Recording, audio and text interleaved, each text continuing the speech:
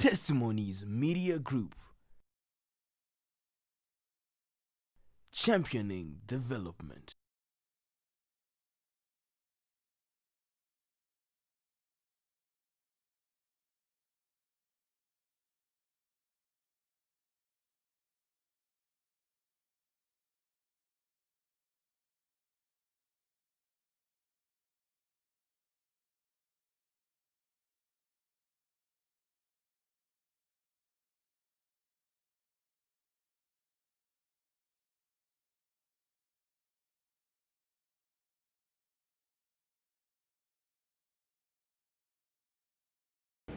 Mr. Macheka, welcome to our business forum, Rekindle Zimbabwe, Land of Testimonies. May you please give us your brief portfolio?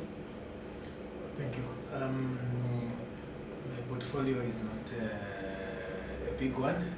I'm the current president of the Zimbabwe National Chamber of Commerce, and I look after I'm basically chairing the board of the Zimbabwe National Chamber of Commerce, which has got a number of subcommittees which look into different issues.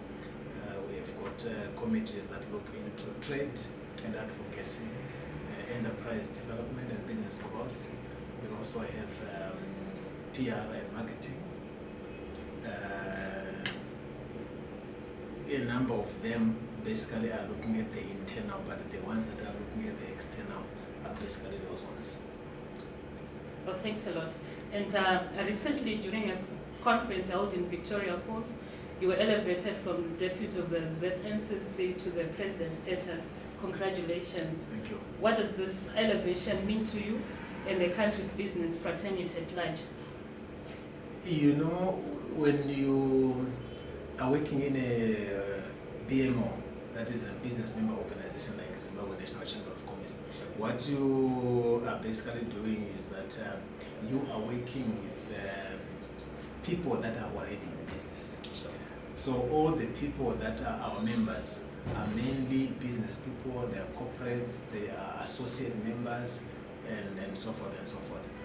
But when you are elected to be the president of that, it is not because you've got special qualities.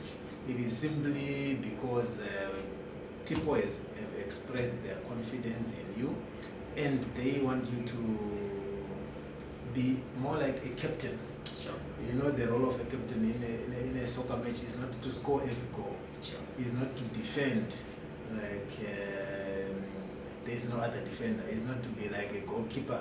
So you play on your position, Sure. and the other guys will also be playing on their position. So what it basically means for me is that people have entrusted me with the responsibility of captaining Sure. the Zimbabwe National Chamber of Commerce. So my role is just facilitator, and I'm very excited with that role. Sure. And the last part of that question was, what does this mean to the business fraternity at large? The Zimbabwe National Chamber of Commerce is the voice of business. Sure. So all it means is that there is a huge expectation in terms of the business fraternity having a voice or a mouthpiece. Sure. And we play a leading role in terms of linking business and government.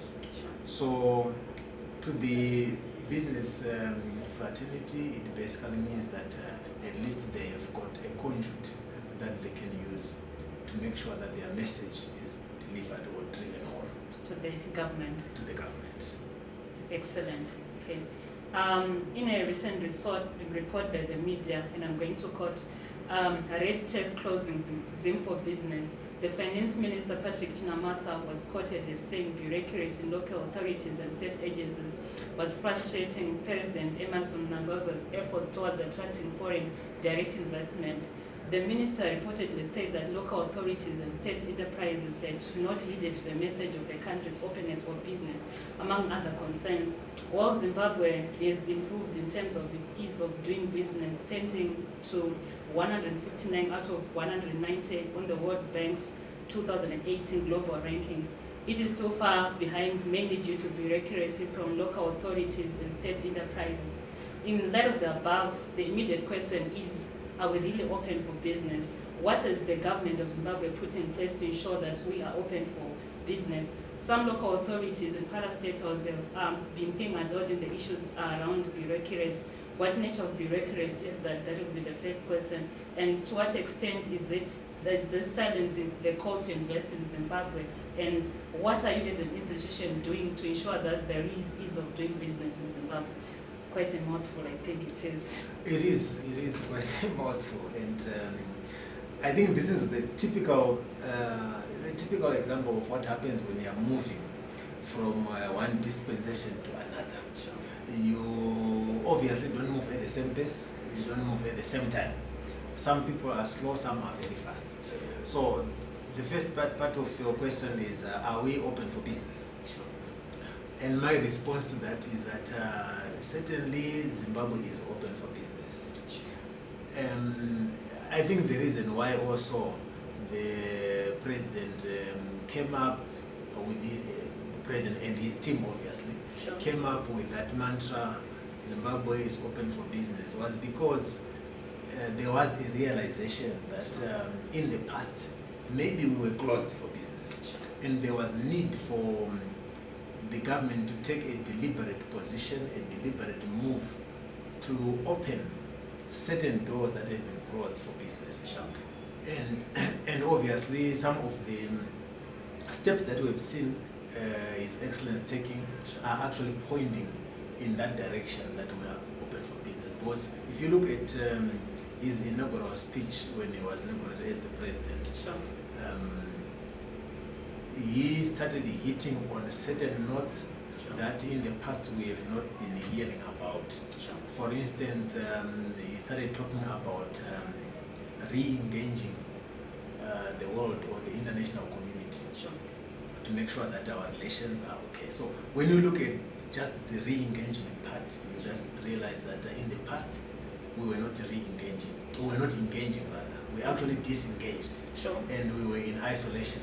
So the government realized that there was a need for us to engage and be able to sell together with the rest of the world, because we cannot make it alone. Sure. So we are open for business. So there was that re-engagement.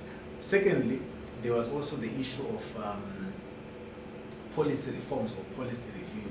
Sure. One of the key policies that led to capital flight from Zimbabwe was the indigenization policy, 5149.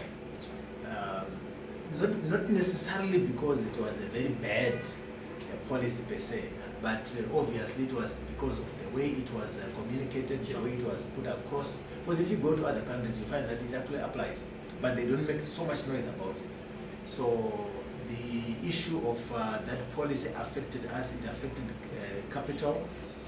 Capital became very shy as far as Zimbabwe was concerned. So the president, and obviously the Minister of Finance and Economic Development, quickly reviewed that policy in the plan, and they only left two minerals, that's platinum and diamond, to be controlled and to be regulated with that policy. So certainly we are open for business, and as business fraternity we are very happy that we are moving in that direction. We are not yet there, but we are moving in that direction.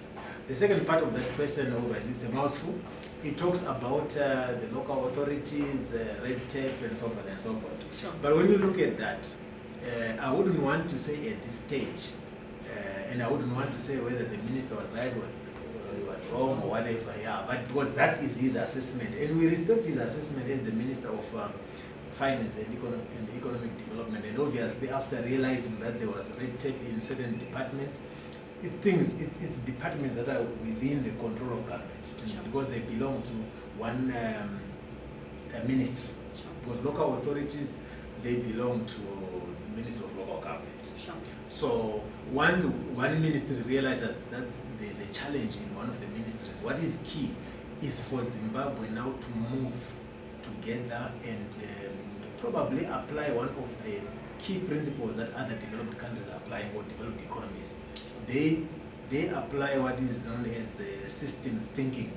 Systems thinking apply in the sense that, or the way it operates rather, is that when you are making a decision in one ministry, you consider the effects of that same decision on the other ministries. Domino effect. Yes. So if local authorities are behaving in a certain way which is probably not acceptable, the key issue is that we must apply systems thinking.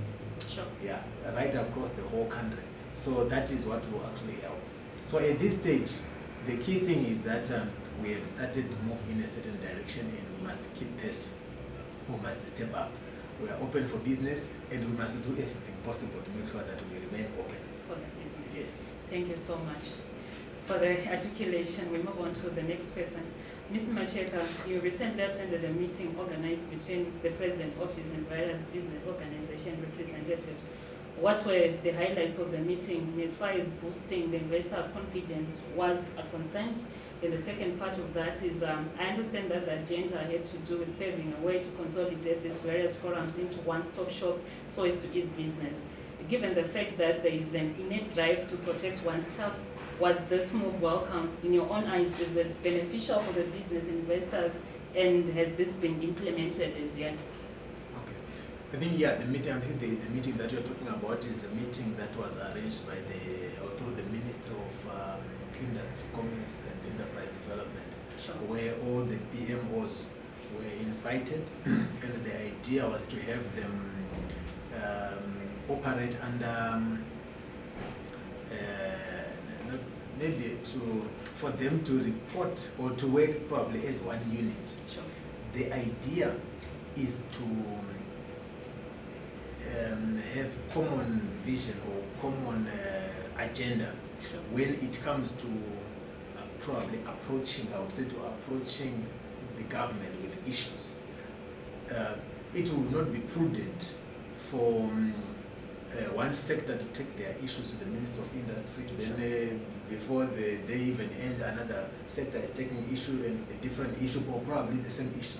So the idea is to have all these issues consolidated and have same representatives speaking to the ministry about those issues. Yeah, the idea is also to save time. The idea is also to make sure that there is consensus and we are moving in one direction. You are right in saying that people want to protect their turf. Sure. But when you look at the issue that I've been talking about in terms of applying the systems thinking, Sure. when you are applying systems thinking right across the board, you are actually saying whatever we are doing, it must work together with whatever everybody else in the system or in the chain is doing. Sure. So at the moment, it has not been implemented, Sure. but a steering committee has been set up to put or to make sure that probably before the end of the year, we have started working together. Sure. As we are speaking, CZI, ZNCC, SMEs, Chamber of Mines, we are already working together. And when we present our issues about the budget, we actually present them together. So we have already started doing that, but obviously what is left is just formalization of this whole thing. And remember, by the way, this thing is not a new thing. Sure. In the past, we used to have Business Council of Zimbabwe, Sure. BCZ. Sure. BCZ just failed to function or to deliver simply because there were a number of issues which were overlooked. Sure. And also I think the rotation of the chairmanship of BCZ also affected its performance, because I think it was rotating after every 6 months between the various stakeholders. So obviously there was no continuity. So we are also saying let's look at why BCZ failed. Sure. And then once we realize the weaknesses of BCZ, then we can correct them and make sure that as we form or create this new animal, at least it will not fall into the same trap. Sure. So essentially what you are saying is the situation will not see the end of the various different organizations coming into one. It's just about having common vision. It's about having common vision, and I don't think anybody would want to have all these different BMOs becoming one, because it doesn't work. Sure. The moment we do that, it will immediately fail. Just like this. Yeah, just like this. In fact, that one will actually even fail more dramatically, and Sure. and the fall will be so big. But there are different issues. If you look at mining, Sure. it's a totally different sector from manufacturing. Sure. It's a different sector from retail. Sure. Yeah. So it is important to have miners falling under the Chamber of Mines. Sure. Then bankers falling under the Bankers Association of Zimbabwe. Sure. Then retailers and so forth and so forth. So that way they will be able to extract all the issues that are affecting those businesses, and at the same time they will be able to recommend or proffer solutions. Sure. When we are now coming together as one committee or as one voice to speak to government or to other stakeholders, at least we would have consolidated all the key issues affecting all the sectors. That way we'll be able to move the whole thing forward. Excellent. We always hear His Excellency saying that Zimbabwe is open for business. Yes. We are also aware that the government is working flat out to bring Zimbabwe. From your own perspective, how can this branding exercise be articulated within the framework of be it investment, trade and tourism, those three areas? Branding or rebranding is very critical. And normally when you are talking about branding issues as it relates to the country, you obviously want to have your PR department for the country Sure. spearheading the whole exercise. Sure. And what I mean by that is, take for instance, local government. Local government is not the PR department, so to speak, for the country. Sure. The PR department, as far as we are concerned, is tourism. Sure. Because tourism is all about linking, tourism and foreign affairs Sure. is all about linking Zimbabwe with the international world or with the outside world. So when you're talking about branding or rebranding, you realize that in the past, the Ministry of Tourism through the Zimbabwe Tourism Authority had almost a very well-known brand called Zimbabwe A World of Wonders. Sure. And I think it was 2 years ago, 3 years ago, they rebranded to, in the past it was Paradise. Africa's Paradise. Sure. And now they rebranded to Zimbabwe A World of Wonders, Sure. which they are pushing through right now as we are speaking. So everybody must feed into Zimbabwe A World of Wonders. Whether you are in banking, you are in mining, you are wherever you are, whatever business you are engaged in, SMEs and so forth, you are actually contributing to that same brand, Zimbabwe A World of Wonders. Sure. So when you look at that in terms of investment, you are now saying investors come and invest in Zimbabwe, Sure. A World of Wonders. Sure. How is the World of Wonders going to create or unlock value for investors? Sure. This is what you are now articulating from wherever you are. When you are talking about trade, you are also saying these are the products that are made in Zimbabwe, A World of Wonders. Sure. Sure. How are they going to benefit the world out there? How are they branded? How are they standardized? Things like that. If you are making something that is unique, like a crocodile burger, for instance, because people are just used to chicken burger, beef burger, ham burger, and things like that. But we've got crocodiles here. If you make a crocodile burger, this is a crocodile burger from Zimbabwe, A World of Wonders. How can people enjoy? So we are talking about trade. Sure. Then you go into tourism, visit Zimbabwe, A World of Wonders.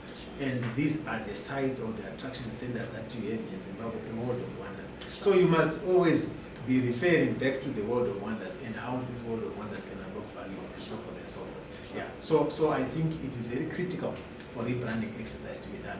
But there is need for buy-in from all stakeholders Sure.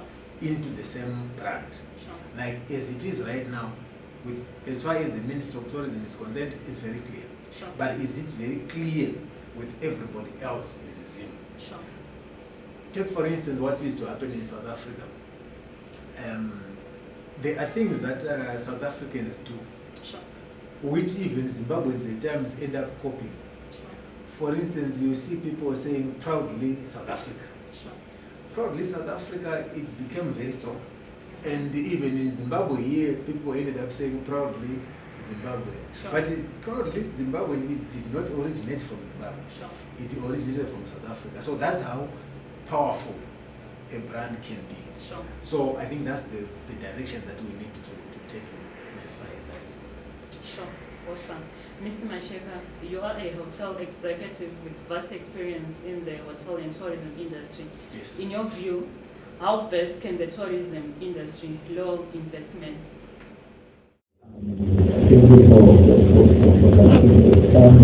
I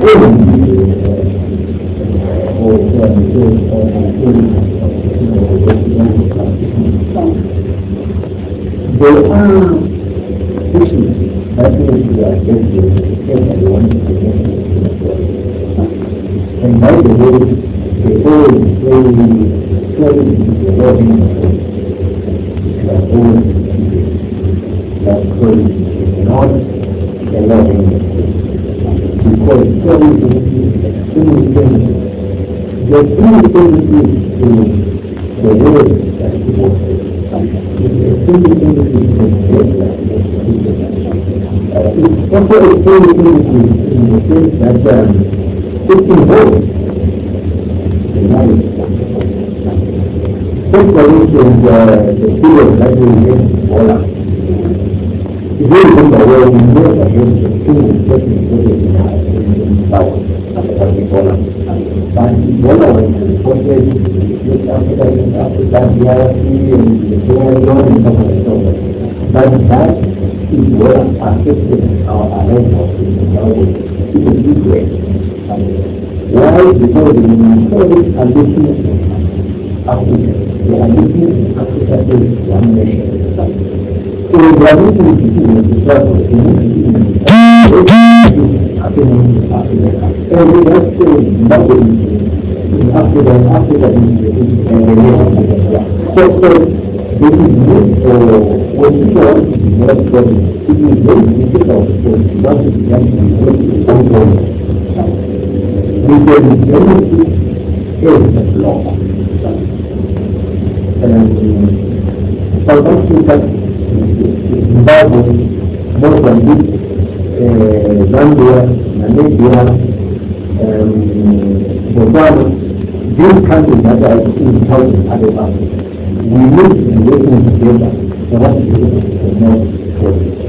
So that when somebody is flying from India or flying from Singapore, they are not just coming to another particular port, and then they go.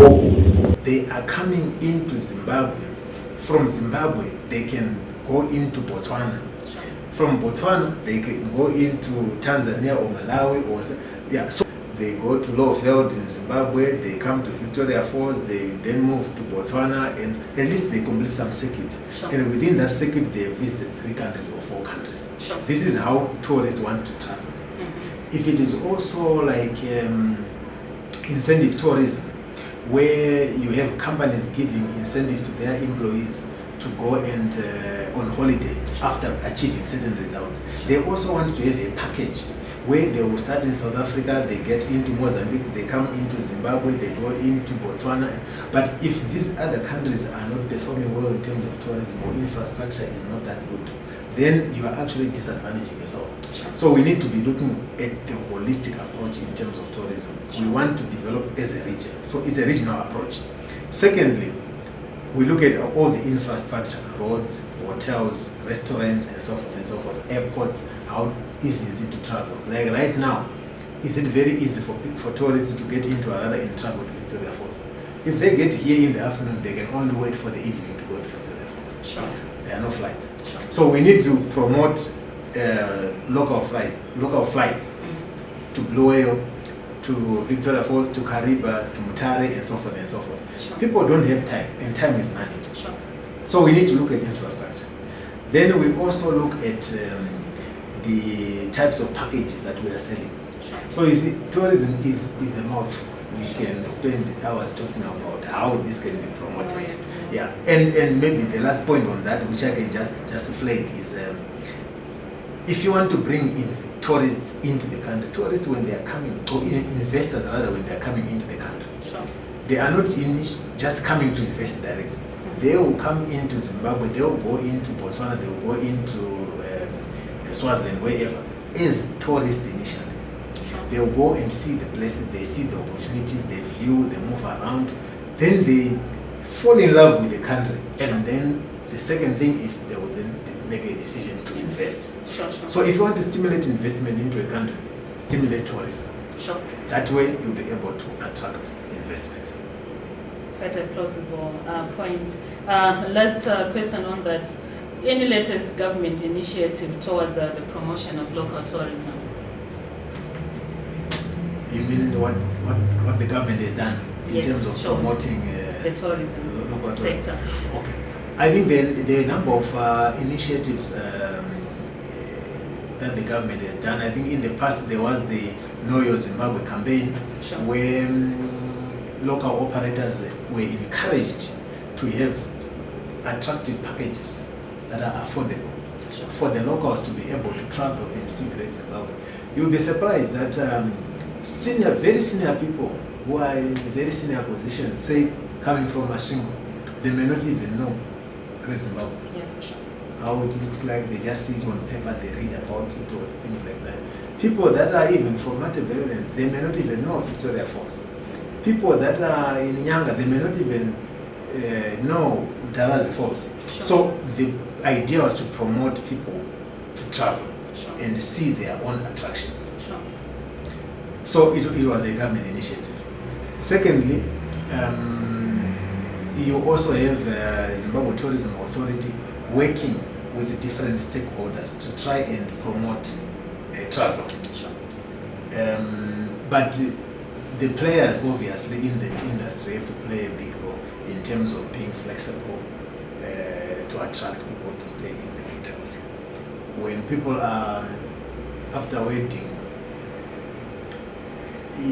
people go for honeymoon.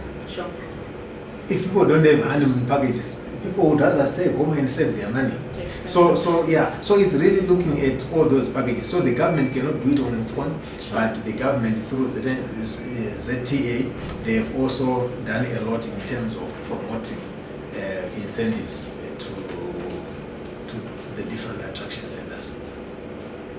Even when you look at the roads, for instance, road network like the Blue Whale, Mutare Road, at least now you can travel. Yeah, for sure. Yeah, so it's also part of the initiatives of government to make sure that that is happening. You also touched on the issue of what countries can do in order to promote tourism as regions. How have you done some engagements to make sure that it's implemented in Southern Africa or anything of that sort? Yes, certainly.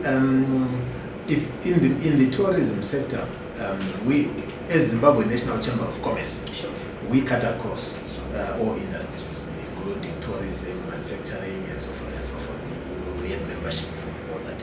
But for me, I also, because that is my industry, that is the industry of origin, so to speak. I have been president of the Zimbabwe Hospitals Association of Zimbabwe. And the engagements that we have had, they actually include engaging sister organizations in the different countries to try and promote travel within our small space. For instance, one of the key issues that is happening even as I'm speaking right now are exchange programs, where you have chefs or receptionists or bedroom hands or junior managers, even general managers, going to different hotels in the region for exchange programs, for them to be able to appreciate what others are doing, and even for them to be able to appreciate different cultures. That way, it helps competitiveness. When people are in South Africa, they see the level of service. That's why right now you find that South African hotels, they are actually poaching Zimbabwean workers because they have seen the level of service being delivered in Zimbabwe. But at the same time, Zimbabweans are also copying a lot from South African hotels because of standardization and Yeah, it's mainly standardization, because when you look at the standards out there, standards are very high, they're quite high. So that sort of interaction or exchange, we have obviously facilitated that, and it's something that has to be continued, I think, even going forward. That's awesome. Moving on to the next question, may you shed more light on the issues around MICE, and what are the opportunities available for investors under MICE? Maybe we start off by explaining what MICE is all about. Okay. Yeah, MICE is the biggest thing right now in the world in as far as tourism is concerned. MICE basically means meetings, incentives, conferences, and exhibitions. A few years ago, we remember we hosted UNWTO, United Nations World Tourism Organization General Assembly in Victoria Falls. Sure. And if I remember well, it will take us not less than 50 years before the UNWTO comes back to Africa. Oh. Because it rotates in different areas. Sure. When we hosted that big assembly, it was all eyes from the whole world were looking at Zimbabwe, they were looking at Victoria Falls. It was a very positive initiative, it was a positive conference, it was a very positive event. But when you look at it very closely from an investment point, sure, there are two things that you will see. An investor will see huge opportunities, because when we hosted that event, number one, it was co-hosted between Zimbabwe and Zambia. That's why it was in Victoria Falls. Number two, it was not hosted in a conference room. It was hosted in a makeshift conference room. It was in a tent which was pitched by Ronis. So from an investor, an investor who has got his eyes open can actually see that Zimbabwe has got potential for MICE business. Sure. But there is no infrastructure, there is no adequate infrastructure. If you go back to Victoria Falls right now, that tent which was used for UNWTO hosting is no longer there. Sure. It was removed. So, but the space is still there. Sure. So why can't we erect permanent structure for such kind of events? So that when we are going out to bid for conferences, at least we can safely say the place is already there. Sure. Not to say we will be able to put a marquee when we win a bid, because that can always work against you. So if you come to Harare, for instance, apart from Rainbow Towers, sure, where else can people go when they are above 1,000? It's a big challenge. Sure. So if you go to Mtare, you don't have any capacity for more than 500 people. It's not there. Mashlingo is not there. Nyanga is not there.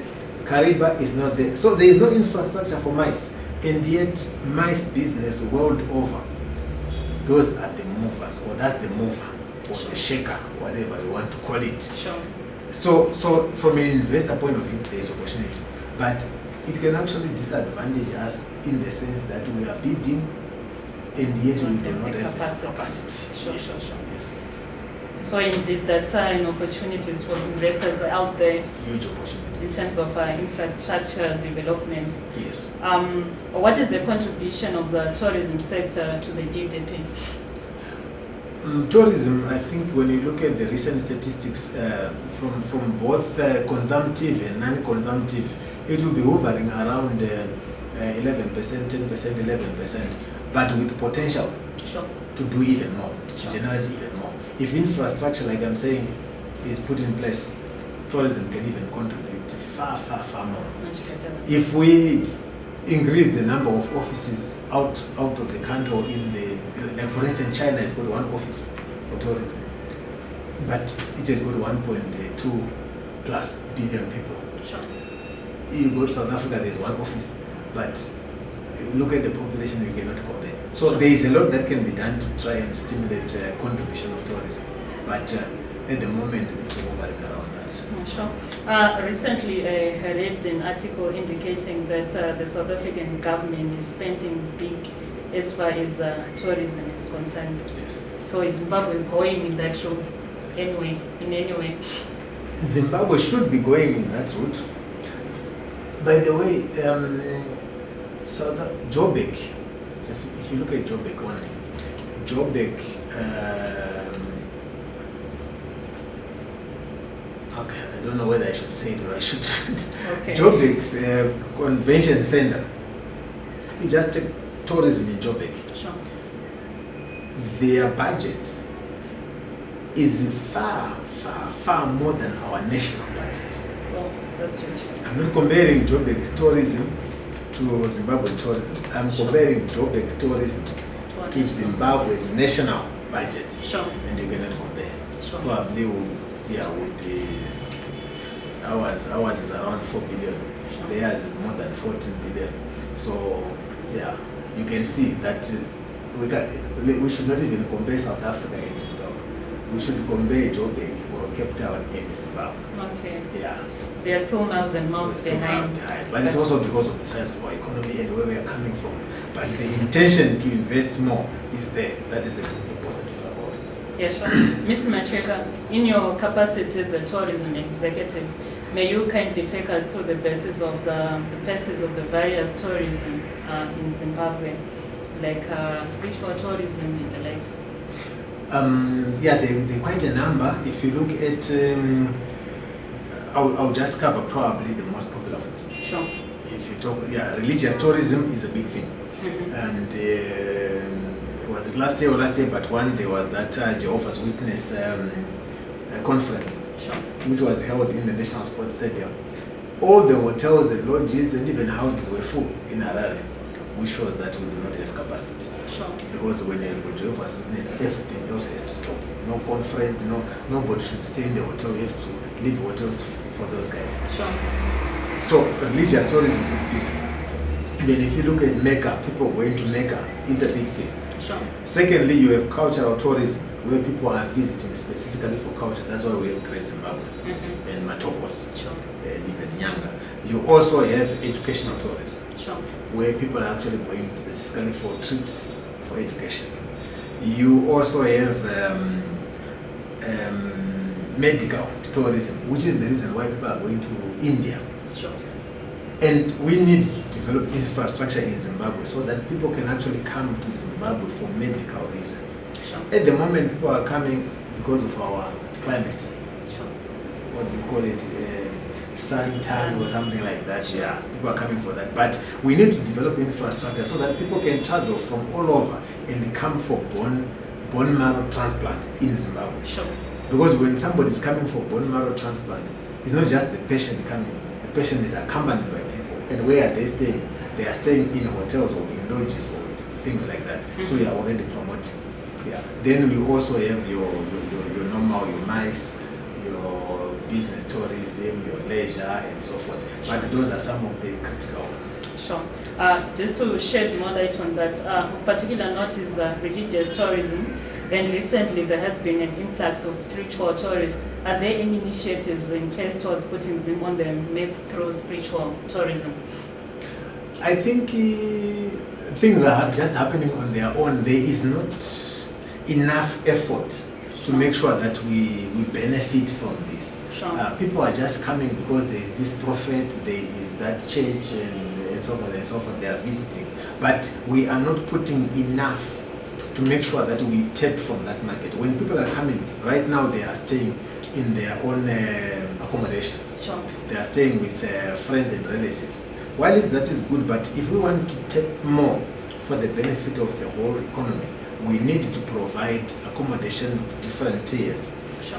Whether it's lodges, it's 1-star, 2-star, 3-star, 4-star, and competitive prices and competitive packages. If you were to ask me right now and say, is there a package for people that are coming into Zimbabwe for religious reasons? There may not be any packages.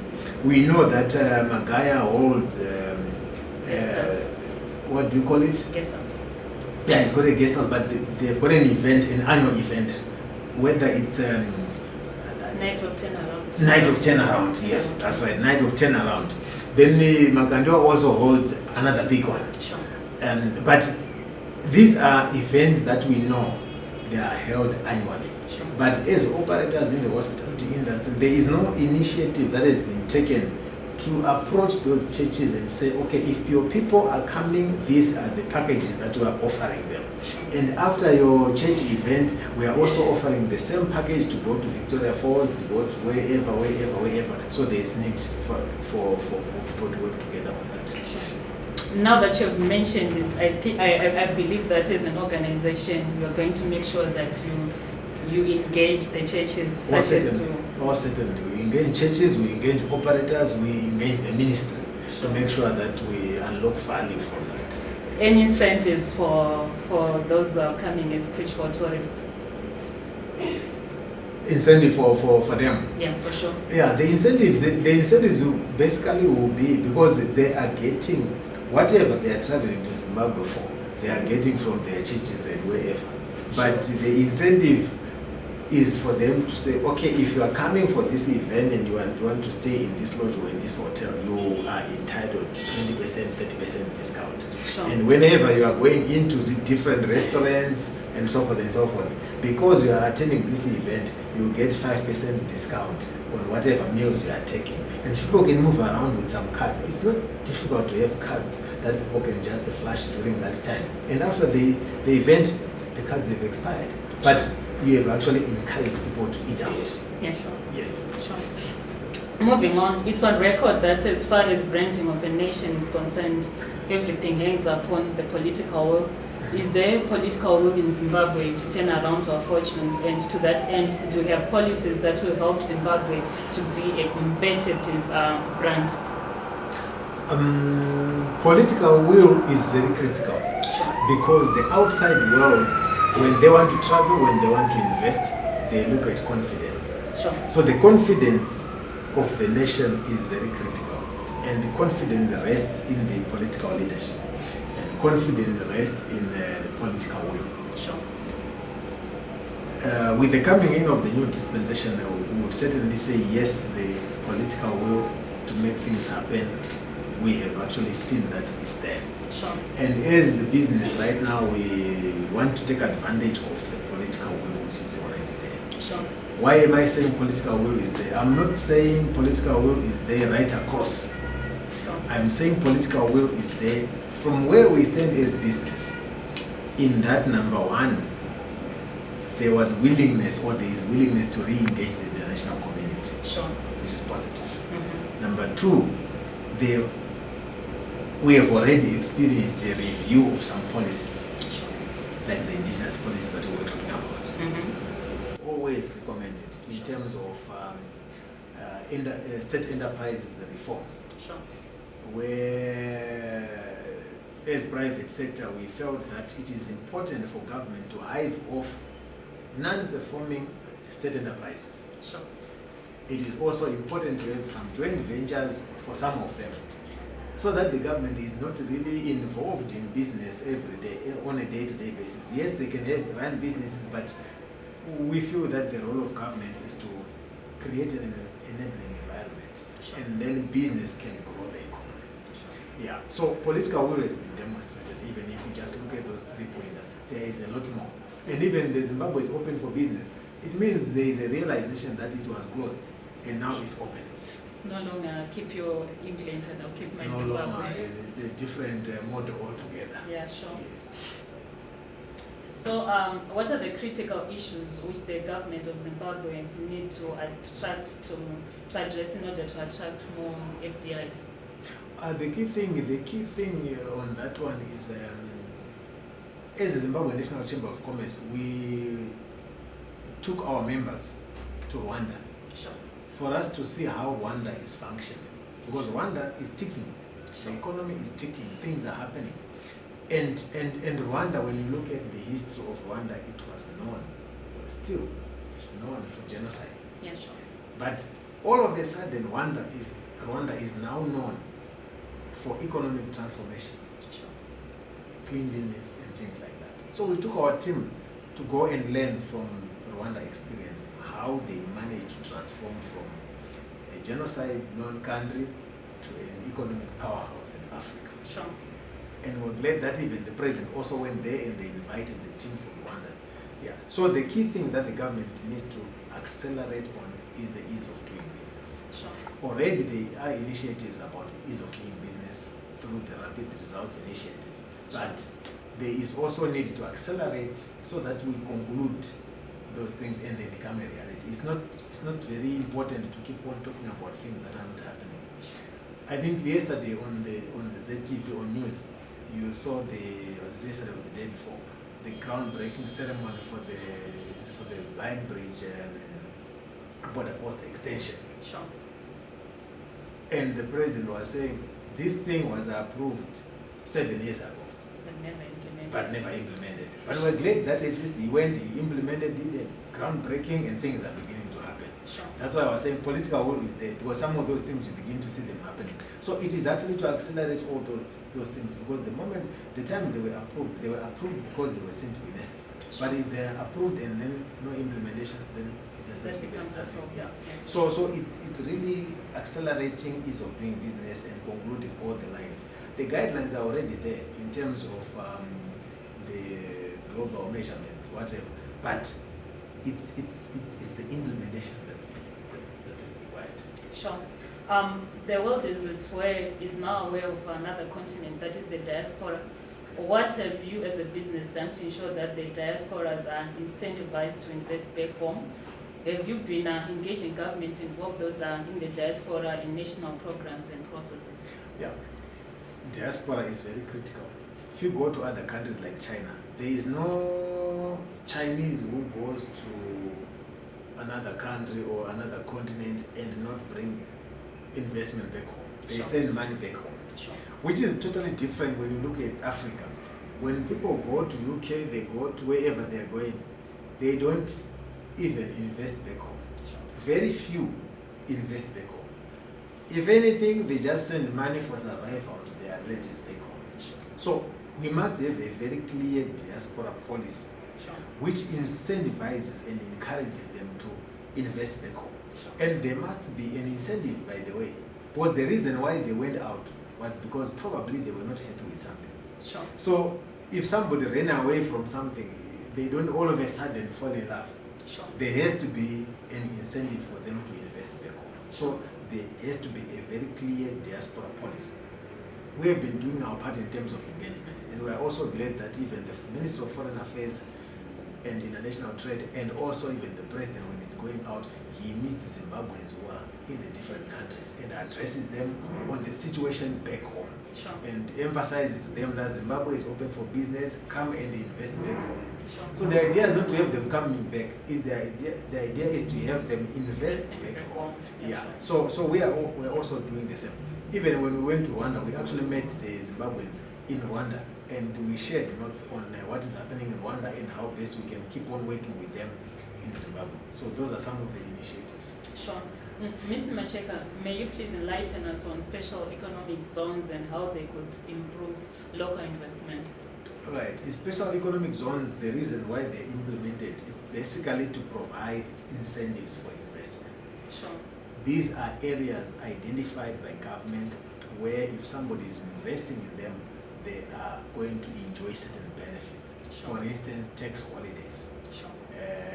In those areas, even in terms of labor, is a different story altogether. Sure. Even in terms of imports, when they're importing equipment and so forth, as long as they're in the special economic zone, they are exempted from paying duty and things like that. So it's a whole package which they will benefit from. And I think within a matter of weeks, it will have been gazetted. Sure. Yeah, but the idea is to have incentives for them to invest or encourage investment. And obviously in Zimbabwe, we have already seen some benefits. Some people have already started benefiting from special economic zones. So should we say that special economic zones is something new to the Zimbabwean fraternity? We would say it's something new in terms of implementation. It's something that has been talked about for years, but in terms of implementation, it has taken a long time. Sure. Yeah, but people are realizing some benefits from it is something new. Okay, sure. Yes, but in the world, it's not new. Something that's been there for, Yes. it's old news. Yes. Okay, Zimbabwe wasn't ranking well as far as issues to do with corruption are concerned. What has your organization done to complement government's efforts in trying to nip this in the bud? Who exactly has access to individuals or companies who come to Zimbabwe with the intention to do business? It's quite a mouthful once again. And who are they accountable to, and how best can these wannabes be protected from corrupt individuals or after fabricating their own nest over the protection of nations' interest? I think it's quite a mouthful, but I'll just answer it very in a more like consolidated manner. Sure. In the sense that I think the president has spoken eloquently about dealing with corruption at all levels. Sure. And we've already seen some positive intentions or positive developments in terms of dealing with corruption. Sure. As industry, together with CZI and SMEs and so forth, we've also engaged in 2016 in a survey, transactional corruption survey, which identified areas where we're having these challenges. Sure. Yeah, but I think the current efforts, I would just say the current efforts to make sure that corruption is dealt with decisively at all levels will go a long way as long as there is buy-in Sure. from everybody. This one requires buy-in from all stakeholders. Sure. You cannot have corruption without the corruptor and the corrupted. Sure, sure. So it's an issue where we're supposed to deal with it from an all stakeholders perspective. Sure. Yeah, as a country, we need to deal with that. Yeah, sure. And Zimbabwe is a signatory to trade bodies, which are including COMESA, SADC, AU, and currently we are renegotiating our way back into the Commonwealth. Yes. How are these economic bodies beneficial to our country? Thank you. I think these bodies are very critical in that when we are trading, yes, we can trade amongst ourselves, Sure. but that trade amongst ourselves will not bring foreign currency. Sure. What is even affecting the country today is shortage of foreign currency. Sure. And if we are to get foreign currency, we need to increase exports. Sure. And when we increase our exports, it means we must have relations with the outside world. Sure. So we are having those relations through this bilateral whatever arrangement that we have. COMESA is critical, right? Because you want to get foreign currency. So it's very important. To be part of the Commonwealth is also very important. Sure. All these bodies that we're talking about, even the CFTA, very important. So it also shows that we are actually having relations with these people. They will give us they will sell to us their products, we will sell to them their products. So you find that even for some, it's on a reciprocal basis. Sure. So relations generally are very important. Sure. Yeah, so it is very important for Zimbabwe to have good relations with the neighbors and even with countries that are far. Sure. Yes. So we welcome the development in terms of even re-engaging the Commonwealth so that we are part of that. Yeah, sure. Concerning exports, have we been faring well as a country? Zimbabwe used to export beef products. Is there anything being done to ensure that we resume our supply lines? How have we been doing as a country, both under the old and the new dispensation? Is there any noticeable change in that regard? There is, I would say when you look at our economy is a small economy. Sure. And we rely on a few minerals to give us foreign currency. We rely on a few crops to give us foreign currency. We also rely on tourism to give us foreign currency. Sure. Few crops, if I ask you right now which crops are giving us foreign currency, the only thing that you can mention which is giving us significant is tobacco. Sure. Cotton, because of the price, is not giving us much. Maize, we cannot talk about maize. It's good for our consumption here, for national security, food security. So there is tobacco. Then you go, our horticulture and our flowers used to give us a lot, but right now they're not contributing that much. Sure. We may know the reasons, we may not know the reasons. Sure. You You go to the minerals, diamond, platinum, gold, giving us quite a bit, but the other minerals are not giving us much. So In terms of us generating more foreign currency, we need to have more lines that we create that will give us foreign currency. Sure. And there is still a lot of work to be done in terms of us working on exports. I would say we have done significantly well, because when you compare 2016 and 2017 in terms of the figures, Sure. I think 2016 we did about 2.8 billion and 2017 went about 3.8 billion. Sure. So there was that jump in terms of exports. But in terms of the first, I think in the first 4 months, we've seen a jump from 329 million. It is a jump from about 225 million same period last year. Sure. So for the first 4 months, we've jumped from 225 to 300 something. It's quite significant. Yeah, it's quite significant when you look at the size of our economy. Sure. But when you start comparing Zimbabwe and probably a country like South Africa, it's very negligible. Yeah. So in terms of movement in the right direction, I would say certainly we are moving in the right direction. Sure. Because the first 4 months we've seen a positive jump, and we have seen this positive jump in the wake of elections. Sure. Remember, in the next few weeks we are going to be having our elections. Sure. So if you look at the past, our previous record, towards election, everything just collapsed. But at the moment, towards elections, things are still going up. Sure. So we believe we're heading in the right direction. Okay, as we wrap up, Mr. Macheka, how are SMEs contributing to the national GDP, and how are business organizations, including yours, are facilitating the ease of business in the SMEs sector, and also linkage to foreign markets for these budding entrepreneurs? Yeah, I think when you look at Zimbabwe National Chamber of Commerce, you will find that we actually have a desk specifically addressing issues about SMEs. The only difference is that we used to call it SME desk, but we are now calling it enterprise development. Because for us, that's enterprise development and business growth. Sure. So we are addressing their issues through that. At the same time, for the SMEs, it's very difficult if somebody wants to put a figure to say this is what they are contributing to the national fiscus. It's very difficult. Sure.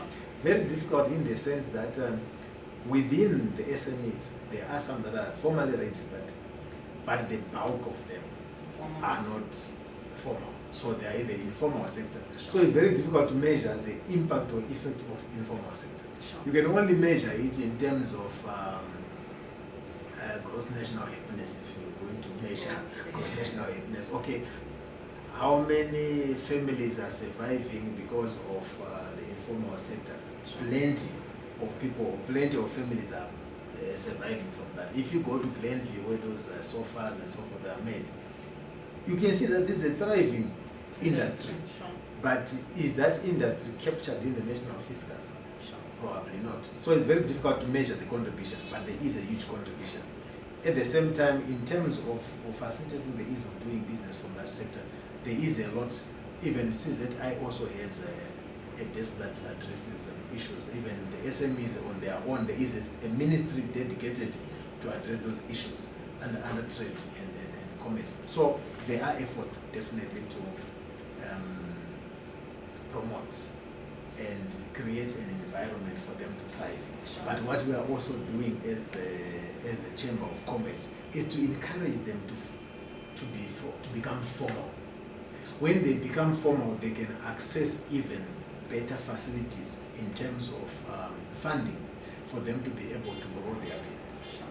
Germany's economy is anchored on SMEs, Sure. but those SMEs are formally registered. Sure. And even when you look at the quality or the standards, it's a high level. Sure. So we are also encouraging even our SMEs to go through Standard Association of Zimbabwe and standardize their products so that they can be able to export. Right now, how many people can export their beds or chairs and tables from Glenview? Very few, because Sure. it's not a label. Sure. And yet what we are importing and buying from these other big shops are products that are coming from SMEs in different countries. Sure. Why? Because there's a label. Sure. So we are also encouraging them to become or to have labels that are known, and that can only be done through formalization and standardization. In a small way, that's how we are contributing to that sector. Thank you so much, Mr. Macheka. Maybe as we put down the curtain on our program, are there any pointers that you can give to our investors as a way of removing the blinkers from their face as far as how the environment of Zimbabwe is, and just building on to our president's mantra, Zimbabwe is open for business? I think the key thing is that Zimbabwe is a peaceful country. Even towards the election right now, there is peace. So if anybody wants to invest in Zimbabwe, they are almost guaranteed that in terms of peace, we are a peace-loving nation. Sure. In terms of hard work, we are a hard-working lot. Sure. In terms of skills, we certainly have skills.